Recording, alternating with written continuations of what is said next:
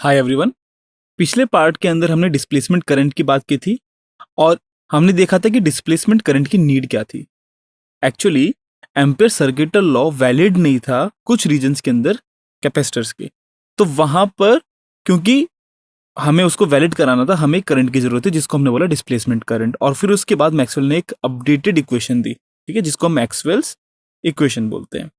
इस पार्ट के अंदर, सेकंड पार्ट के अंदर हम इलेक्ट्रोमैग्नेटिक वेव्स के बारे में बात करेंगे कि क्या होती हैं, इनका सोर्स क्या है, कैसे प्रोड्यूस होती हैं और इनकी कैरेक्टरिस्टिक्स क्या क्या है। ठीक है, तो चलिए शुरू करते हैं सेकंड पार्ट। तो इस सेकंड पार्ट के अंदर हमारे जो लर्निंग ऑब्जेक्टिव्स हैं वो हैं what is electromagnetic wave, source and nature of electromagnetic waves and various properties of electromagnetic waves. Alright, तो चलिए कॉन्सेप्ट वीडियो 1 शुरू करते हैं कि इलेक्ट्रोमैग्नेटिक वेव्स क्या होती हैं। ओके, तो इलेक्ट्रोमैग्नेटिक वेव्स, यहाँ पर वेव पार्ट है, ठीक है। तो just like any other wave, it's a wave. Okay, and if you remember what is a wave, basically हम एनर्जी को एक पॉइंट से दूसरे पॉइंट पर दो तरीके से पहुंचा सकते हैं।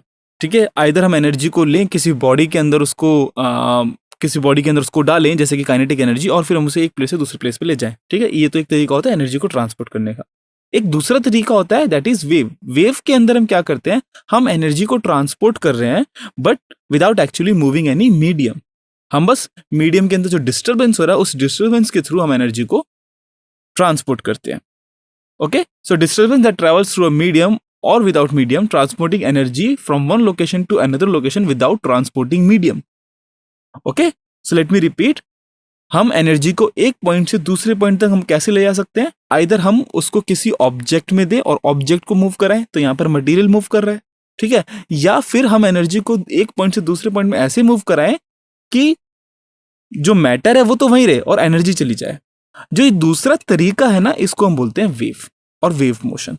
ठीक है, तो वेव के अंदर हम क्या कर रहे हैं, हम एक पॉइंट से दूसरे पॉइंट में एनर्जी ट्रांसफर कर रहे हैं और ट्रांसपोर्ट कर रहे हैं, सॉरी, हम ट्रांसपोर्ट कर रहे हैं without actually moving the medium को मूव किए बिना। मैटर यहां पर मूव नहीं करता एक प्लेस से दूसरे, मैटर अपनी जगह पे रहता है, बस एनर्जी ट्रांसफर हो जाती है एक जगह से दूसरी जगह।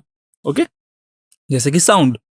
ठीक है, अगर मैं साउंड की बात करता हूं तो जो एयर पार्टिकल वो तो वही है, बट एनर्जी मेरी जो साउंड एनर्जी मेरे गले से जो निकल रही है वो यहाँ इस माइक्रोफोन के अंदर जा रही है।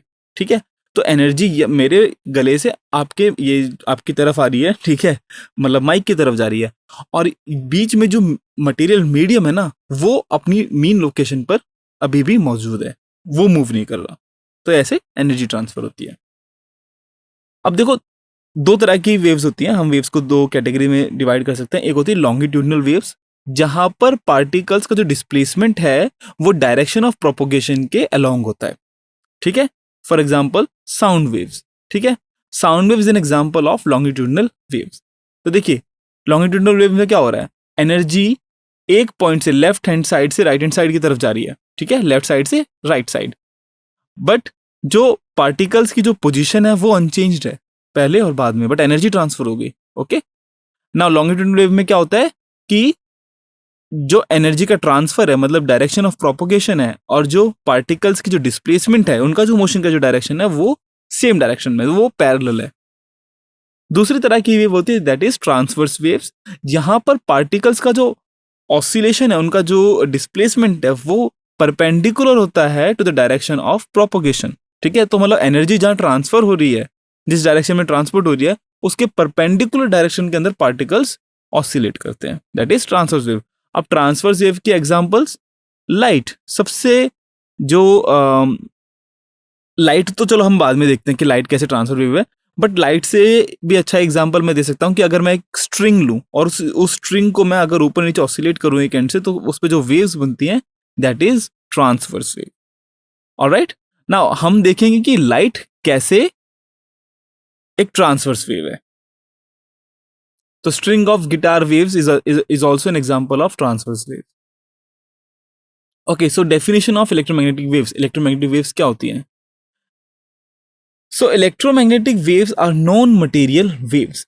बेसिकली जितने भी हम वेव्स ऑब्जर्व करते हैं हमारे एवरीडे लाइफ के अंदर, ठीक है, अपार्ट फ्रॉम इलेक्ट्रोमैग्नेटिक वेव्स, जैसे कि sound waves, waves on a string, waves through guitar strings, या फिर मतलब अगर हम अर्थक्वेक की बात करें तो अर्थक्वेक भी एक तरह का क्या होता है, वेव्स की फॉर्म में आता है।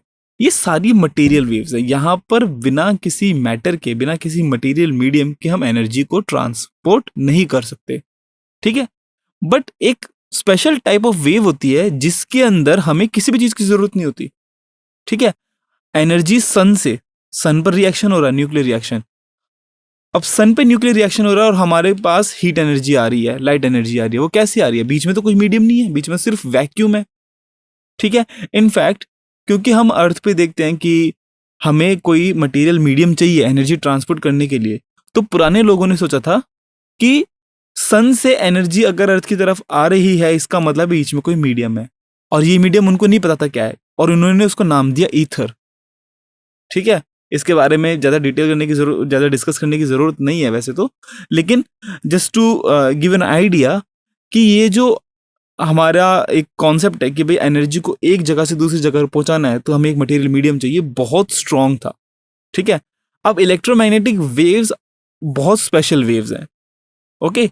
पुराने लोगों को लगा कि ये भी कोई स्पेशल वेव नहीं, इनको भी कोई मटेरियल मीडियम चाहिए, उन्होंने नाम दे दिया ईथर। बट रियलिटी में ऐसा नहीं होता। इलेक्ट्रोमैग्नेटिक वेव्स को कुछ मीडियम की जरूरत नहीं है, वो वैक्यूम से, मतलब कुछ भी ना हो तब भी वो प्रोड्यूस होके हमारे पास आ सकती है, ओके।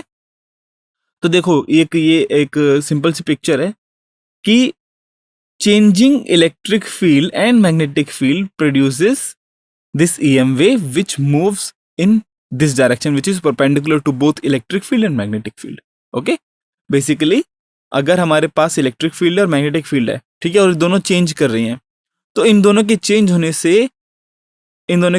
से इलेक्ट्रोमैग्नेटिक वेव प्रोड्यूस होती है जो कि इन दोनों के परपेंडिकुलर डायरेक्शन में मूव करती है, okay. Electric field, magnetic field and direction propagation of wave are mutually perpendicular. ये बहुत ही इंपॉर्टेंट एक प्रॉपर्टी है एम वेव्स की, ठीक है। यहां पर इस जिफ के थ्रू, GIF के थ्रू हम समझ सकते हैं कि कैसे electric field and magnetic field change हो रही है, ठीक है। इलेक्ट्रिक फील्ड चेंज हो रही है y के अलोंग, मैग्नेटिक फील्ड चेंज हो रही है z के अलोंग, और x की डायरेक्शन में हमारी एनर्जी मूव कर रही है या डायरेक्शन ऑफ प्रोपोगेशन है। और आप जैसे कि आप देख सकते हैं कि तीनों परपेंडिकुलर है, ठीक है। तो बेसिकली इलेक्ट्रोमैग्नेटिक वेव्स क्या होती है? Changing electric field and magnetic field produces EM waves, okay. Basically ये एक डेफिनेशन है EM वेव्स की। एन एक्सेलरेटेड और oscillated charge generates electromagnetic waves, ठीक है। अब इसको समझने के लिए देखो कि इलेक्ट्रोमैग्नेटिक वेव्स कैसे प्रोड्यूस होती हैं। इमेजिन करो हमारे पास दो चार्जेस हैं, एक पॉजिटिव और एक नेगेटिव।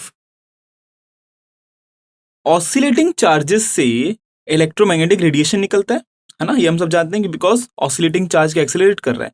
तो अगर चार्जेस ऑसिलेट कर रहे हैं तो इस ऑसिलेटिंग चार्ज से ऑसिलेटिंग इलेक्ट्रिक फील्ड प्रोड्यूस होती है, और ये जो ऑसिलेटिंग इलेक्ट्रिक फील्ड है यही तो प्रोड्यूस करती है मैग्नेटिक फील्ड, है ना। और क्योंकि इलेक्ट्रिक फील्ड ऑसिलेटिंग है तो मैग्नेटिक फील्ड भी ऑसिलेटिंग होगी, okay. So from oscillating charge will get oscillating electric field and from oscillating electric field will get oscillating magnetic field।